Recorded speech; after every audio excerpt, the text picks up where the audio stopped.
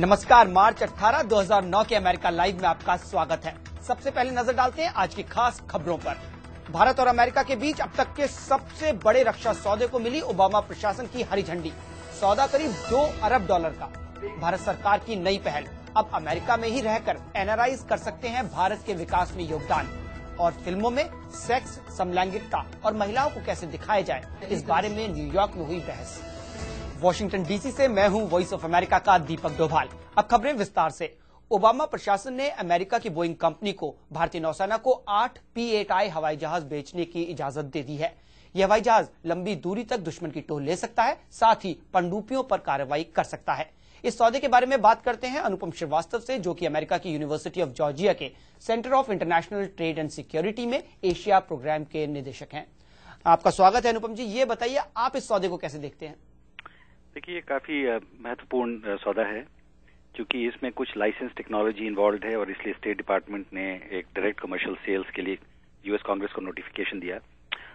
उसके अलावा महत्वपूर्ण बात यह है कि भारत को, खासकर मुंबई में जो एपिसोड हुआ, उसके बाद अमेरिका के साथ ये बातचीत चल रही थी कि कोस्टल डिफेंस जो है भारत का, वो बहुत कमजोर है और उनमें अपग्रेड की आवश्यकता है। कुछ लोग कहते हैं कि अमेरिका इसीलिए भारत से दोस्ती कर रहा है कि उसको अपना सामान बेचना है अलग अलग तरीके का। तो यहाँ पर आप क्या कहेंगे, इस डील से भारत को कितना फायदा है? नहीं, ये ऐसी बात नहीं है। भारत को ये तमाम रिक्वायरमेंट्स भारत की ही हैं और उसके पास ये चॉइस है कि रूस से, इजराइल से, बाकी देशों से खरीदे।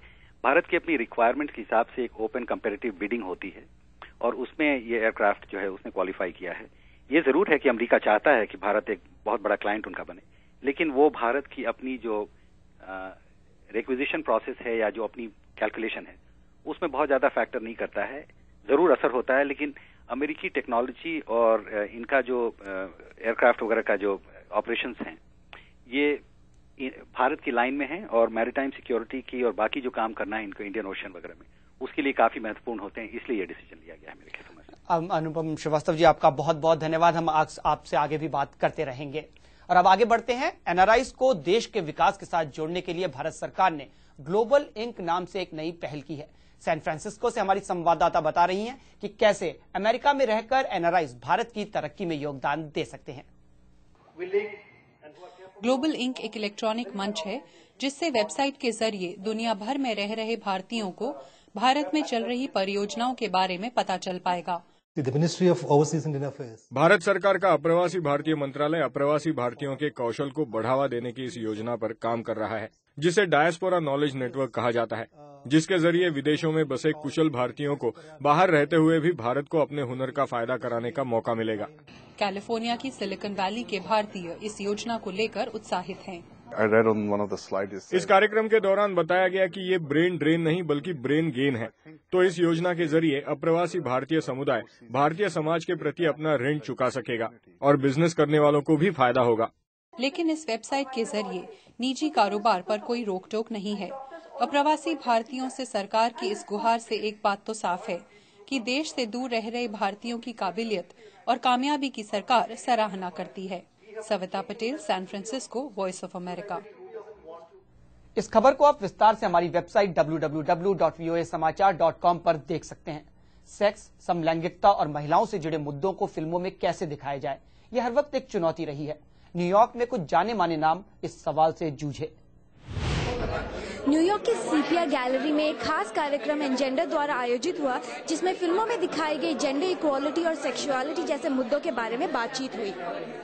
हम कल के बारे में बात करना चाहते थे, आज जो हो रहा है और आगे वाले आने के दिनों के बारे में बात करना चाहते थे।